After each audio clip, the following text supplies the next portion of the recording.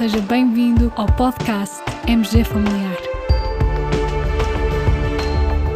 Um podcast sobre temas pertinentes que nos fazem refletir e frequentemente com implicações para a prática clínica. E damos as boas-vindas ao nosso anfitrião, Professor Carlos Martins. Ainda na semana passada, uma paciente me perguntou: Dr. Carlos, não há nenhuma análise que se possa fazer para eu saber se tenho cancro? Para nós, médicos de família, quando um doente nos faz esta pergunta, a nossa principal preocupação é tentar perceber porque é que o doente nos está a fazer esta pergunta. É uma mera preocupação? É por ter um familiar com cancro? Ou é porque realmente o doente tem sintomas que o levam a sentir-se francamente doente ao ponto de perguntar se tem cancro? Por isso, uma possível resposta quando nos fazem esta pergunta será algo do género: eu já respondo à sua pergunta, mas primeiro deixe-me perceber porque é que me fez essa pergunta. Porque deseja saber se há uma análise que se possa fazer para saber se tem cancro. Caros colegas, vem isto a propósito de um estudo publicado recentemente no PLOS Medicine, que tentou avaliar a precisão diagnóstica do CA-125 quando usado em mulheres com suspeita de cancro do ovário. Antes de vos falar dos resultados, deixem-me fazer um breve ponto de situação. O CA-125, Cancer Antigen 125, é uma glicoproteína que existe na superfície celular, um marcador que pode estar aumentado em patologias como o cancro do ovário, tumores das células germinais, cancro do endométrio e também em pessoas com endometriose. E também pode estar aumentado em casos de neoplasia gástrica, mama, pâncreas, pulmão e cólon. Como outros marcadores tumorais, o CA-125 é útil no seguimento, no follow-up, das doentes submetidas a tratamento do cancro do ovário, não estando recomendado o seu uso como forma de rastreio de cancro do ovário, pois em pessoas assintomáticas este teste tem uma baixa especificidade, podendo causar um número muito considerável de falsos positivos, causando dano significativo, pois leva à preocupação, ansiedade e exames desnecessários.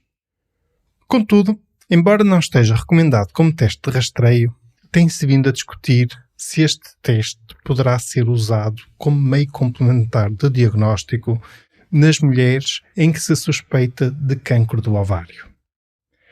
Em alguns países, essa é uma prática já implementada. Por exemplo, o NICE, o National Institute for Health and Care Excellence, no fundo a principal entidade emissora de orientações clínicas do Reino Unido, recomenda que se uma mulher tiver algum dos seguintes sintomas com frequência, particularmente se a mulher sentir estes sintomas mais de 12 vezes por mês, e os sintomas então são a distensão abdominal, em linguagem popular, as nossas pacientes referem que têm a barriga inchada, a sensação de saciedade precoce e ou perda de apetite, dor abdominal ou pélvica, urgência urinária e ou aumento da frequência urinária. Portanto, perante estes sintomas, e se eles forem frequentes, então o NICE recomenda que se deva realizar um exame pélvico, o marcador CA-125 e ou uma ecografia pélvica. Isto é o que consta na Clinical Guideline sobre o diagnóstico e abordagem inicial do cancro do ovário do NICE. Ora, perante estas recomendações, é muito importante perceber a fiabilidade do CA-125 no diagnóstico de cancro do ovário e daí a pertinência deste estudo. Os autores deste estudo foram avaliar as prescrições do CA-125 em contexto de cuidados de saúde primários no Reino Unido. Ou seja, este é um estudo com base em dados do mundo real. Os autores analisaram os testes prescritos entre 2011 e 2014. Nesse período, o teste foi prescrito a 50.780 mulheres. Destas, portanto mais de 50.000 mulheres, 456, ou seja, apenas 0,9% das mulheres a quem o teste foi prescrito, tiveram mesmo o diagnóstico de cancro do ovário. E 1.321 mulheres, ou seja, 2,6%, tiveram outro tipo de neoplasia que não cancro do ovário. Usando o ponto de corte padrão deste teste, as 35 unidades por mililitro, ou seja, acima deste valor considera-se o teste positivo para cancro do ovário, abaixo considera-se negativo. Então, usando este ponto de corte, 99,8% das mulheres com o resultado do teste negativo não tinham cancro do ovário.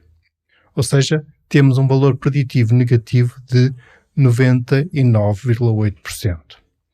E agora, muita atenção. Das mulheres que obtiveram um teste positivo, só em 10% se confirmou realmente o diagnóstico de cancro do ovário. Por outras palavras, 90% das mulheres com teste positivo passaram por um valente susto, pois o teste foi positivo, mas não tinham cancro do ovário. Por outras palavras, o valor preditivo positivo do teste foi de 10%. Perante estes resultados, podemos afirmar que este não é efetivamente um bom teste de diagnóstico. É certo que um resultado negativo praticamente garante que a doente não tem cancro, mas perante um resultado positivo também existe uma probabilidade elevada de não ser cancro. E esta é uma mensagem relevante a ser passada às pacientes que tenham feito apenas o CA 125 e que tenham um resultado positivo. Será importante nós explicarmos a estas pacientes que mesmo assim, apesar do resultado estar positivo, o mais provável é que não tenham cancro do ovário. Contudo, essas mulheres com um resultado positivo carecem de um olhar clínico atento, sobretudo se tiverem mais de 50 anos de idade. Neste estudo, 20% das mulheres acima dos 50 anos com o CA 125 positivo tiveram um diagnóstico de outra neoplasia que não do ovário nos 12 meses seguintes. Este também é um dado a ter em consideração. Esta discussão também se coloca porque, em alguns países, existe um acesso mais fácil ao teste de CA 125 do que à ecografia pélvica. Felizmente, não é o nosso caso, pelo que, em Portugal, devemos continuar a privilegiar a ecografia pélvica perante sintomas que nos façam suspeitar de cancro do ovário. E o CA 125 poderá eventualmente ser útil, ou melhor, certamente é útil no follow-up de doentes com cancro do ovário, confirmado, e do respectivo tratamento. E, eventualmente, no caso de imagens ecográficas que suscitem alguma dúvida, então aí o CA 125 também poderá ser usado de forma complementar, como forma de exclusão do cancro do ovário, dado o seu elevado valor preditivo negativo. E estamos a terminar este episódio.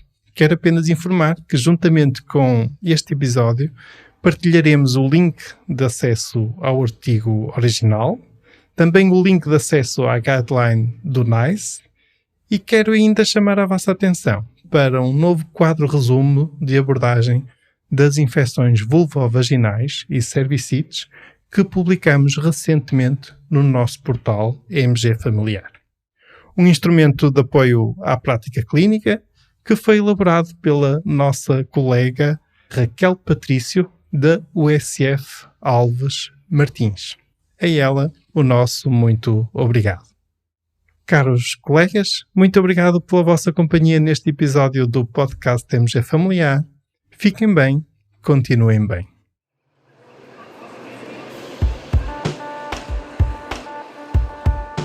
E terminamos assim esta edição do podcast MG Familiar. Muito obrigada por nos ouvir. Se desejar completar a sua leitura, muitos dos conteúdos abordados neste podcast estão disponíveis em www.mgfamiliar.net. Até ao próximo episódio.